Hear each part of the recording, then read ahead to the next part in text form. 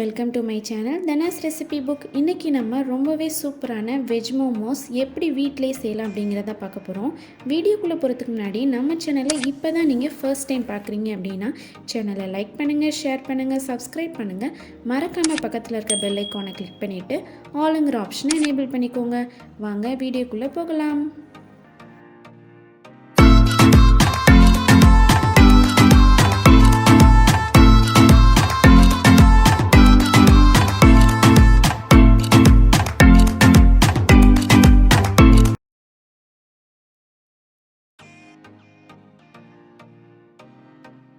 First நம்ம ஒரு பாத்திரத்தில் 1 கப் மைதா மாவு எடுத்துக்கலாம். அது கூட 1/4 டீஸ்பூன் உப்பு சேர்த்துக்கலாம். சேர்த்துட்டு கொஞ்சம் கொஞ்சமாக தண்ணி சேர்த்து நம்ம ஒரு நல்லா சாஃப்டாக மாவு பிசைஞ்சு வச்சுக்கலாம்.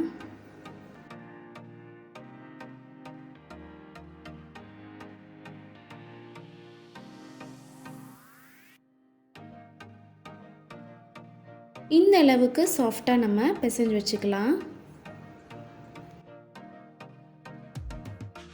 இதை அப்படியே ஒரு மூடி போட்டு நம்ம ஒரு அரை மணி நேரம் விட்டுடலாம். இப்போ நம்ம மோமோஸ்க்கு ஸ்டஃபிங் செய்யலாம்.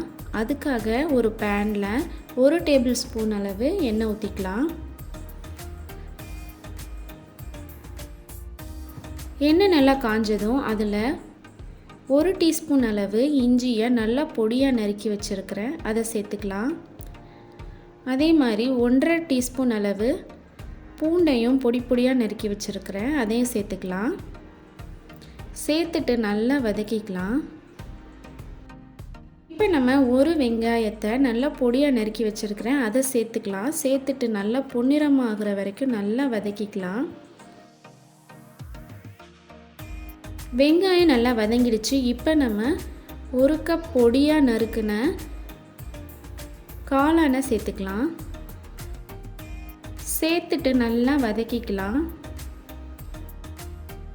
காளான் நல்லா வதங்கிடுச்சு. இப்போ ஒரு கேரட்டை பொடியாக நறுக்கி வச்சுருக்கிறேன், அதையும் சேர்த்துக்கலாம். சேர்த்துட்டு நல்லா வதக்கிக்கலாம்.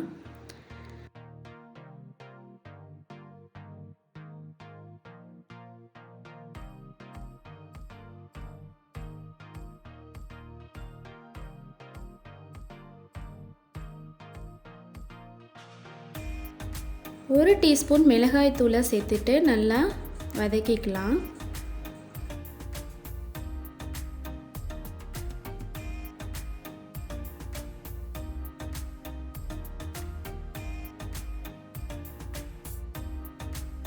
தேவையான அளவு உப்பு சேர்த்துட்டு நம்ம நல்லா வதக்கணும்.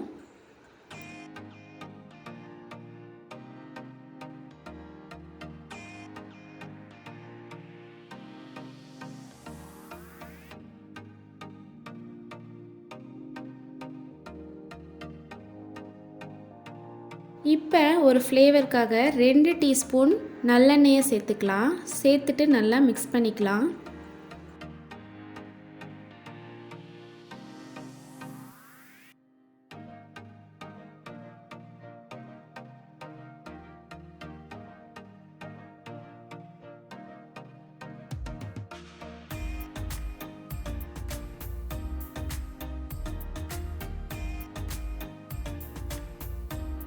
இப்போ 1 டீஸ்பூன் அளவு நம்ம சோயா சாஸ் சேர்த்துக்கலாம்.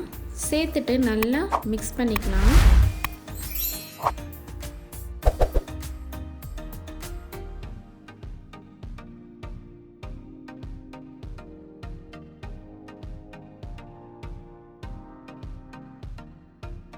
இப்போ கொஞ்சமாக கொத்தமல்லி தழையை நல்லா பொடியாக நறுக்கி வச்சுருக்கிறேன், அதையும் சேர்த்துக்கலாம்.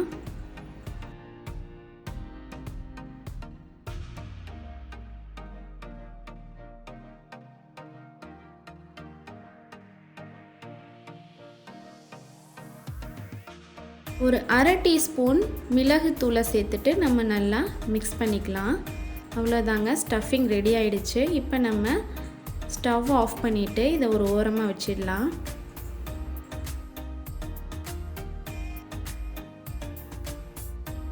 இப்போ நம்ம மோமோஸ் செய்ய ஆரம்பிக்கலாம். அதுக்கு நம்ம ஊற வச்சுருந்தோம் இல்லையா மாவை, அரை மணி நேரம் முன்னாடி அதை எடுத்துட்டு மறுபடியும் லைட்டாக பிசைஞ்சிக்கலாம். பிசைஞ்ச பாருங்கள் நல்லா சாஃப்டாக வந்திருக்கு. இப்போ இதுலேருந்து கொஞ்சமாக மாவு எடுத்து நல்லா மெலிசாக நம்ம தேய்ச்சி எடுத்துக்கலாம்.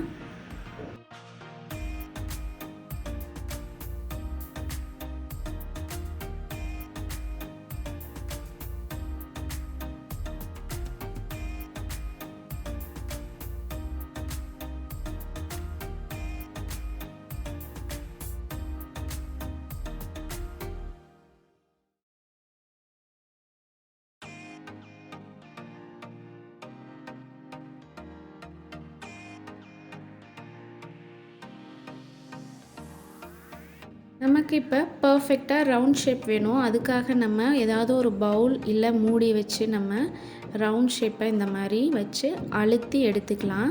ஸோ நமக்கு பர்ஃபெக்ட் ரவுண்ட் ஷேப் கிடைக்கும்.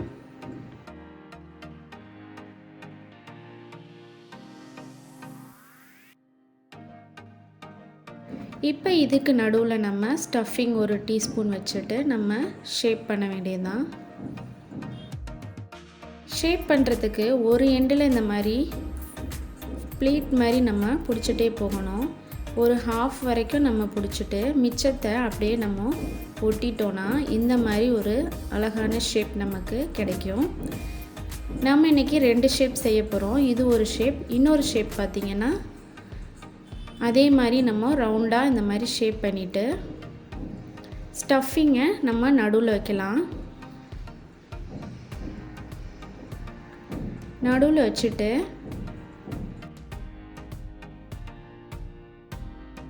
அதே மாதிரி ஒரு எண்டுலேருந்து நம்ம இந்த தடவை ஃபுல்லாக கம்ப்ளீட்டாக மறுபடியும் அதே எண்டு ஜாயின் ஆகிற வரைக்கும் நம்ம இதே மாதிரி ஃபோல்ட் பண்ணிகிட்டே வரணும்.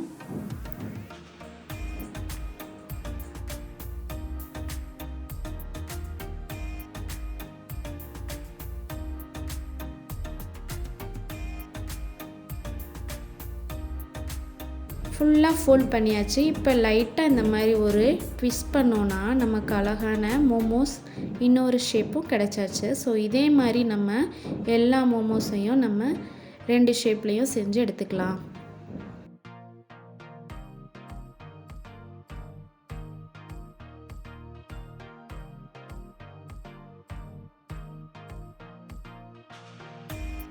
இப்போ நம்ம ப்ரிப்பேர் பண்ணி வச்சுருக்கிற எல்லா மோமோஸையும் நம்ம வேக வைக்கணும். அதுக்கு இட்லி பாத்திரத்தில் நம்ம தண்ணி ஆல்ரெடி எடுத்தாச்சு. இப்போ இந்த இட்லி தட்டில் நம்ம ரெடி பண்ணி வச்சுருக்கிற எல்லா மோமோஸையும் வச்சிடலாம்.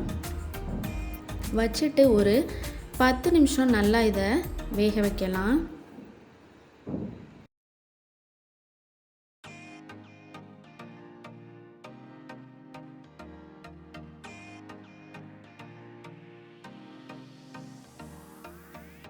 மோமோஸ் வேகிறதுக்குள்ளே நம்ம போயிட்டு ஒரு மோமோஸ்க்கு சூப்பரான சட்னி செஞ்சிடலாம்.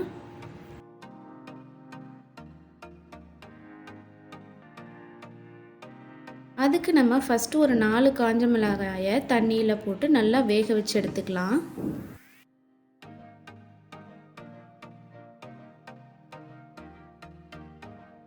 அதுக்கப்புறம் 2 தக்காளியை இந்த மாதிரி அடிப்பாகத்தில் கீறி விட்டுட்டு கொஞ்சம் தண்ணி ஊற்றி நல்லா கொதிக்க விட்டுடலாம்.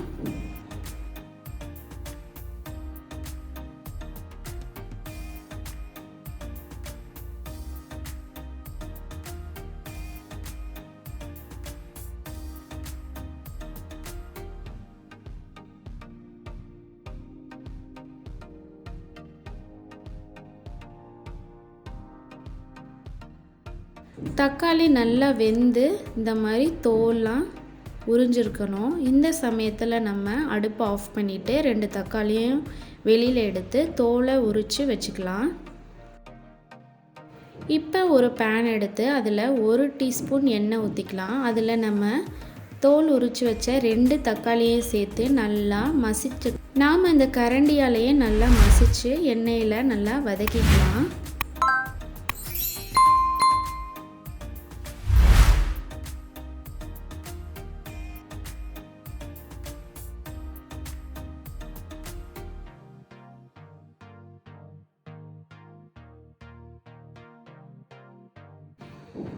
தக்காளி நல்லா வதங்கினதும் ஒரு 6 பல் பூண்டு சேர்த்துட்டு நல்லா வதக்கிக்கலாம். இப்போ நம்ம வேக வச்ச அந்த காஞ்ச மிளகாயையும் 4 சேர்த்துக்கலாம். சேர்த்துட்டு நல்லா வதக்கிக்கலாம். இப்போ 1 டீஸ்பூன் நம்ம சீனி சேர்த்துக்கலாம். சேர்த்துட்டு நல்லா வதக்கிக்கலாம். கூடவே தேவையான அளவு உப்பும் சேர்த்துக்கலாம். சேர்த்துட்டு நல்லா வதக்கிக்கலாம்.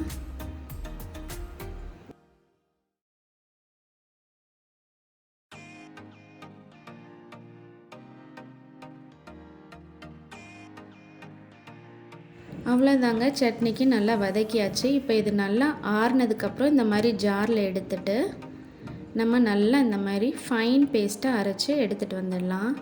சட்னி ரெடி. இப்போ இதை ஒரு பவுலுக்கு ட்ரான்ஸ்ஃபர் பண்ணிடலாம்.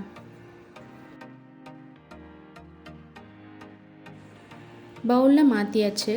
இப்போ நம்ம கொஞ்சம் ஃப்ளேவருக்காக ஆரிகேனோ ஸ்பைசஸ் கொஞ்சோண்டு ஆட் பண்ணிவிட்டு நல்லா மிக்ஸ் பண்ணி வச்சுக்கலாம்.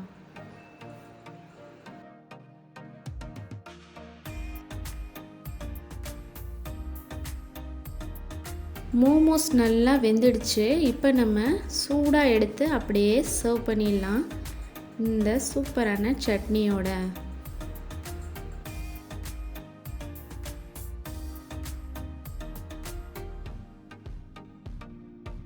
நீங்களும் இந்த வெஜ் மோமோஸ் ரெசிபியை வீட்டில் ட்ரை பண்ணி பாருங்கள். ட்ரை பண்ணி பார்த்துட்டு எப்படி இருந்ததுன்னு எனக்கு கமெண்ட் பாக்ஸில் சொல்லுங்கள். மீண்டும் உங்களை இன்னொரு சூப்பரான ரெசிபியோடு சந்திக்கிறேன். அது வரைக்கும் பை பாய்.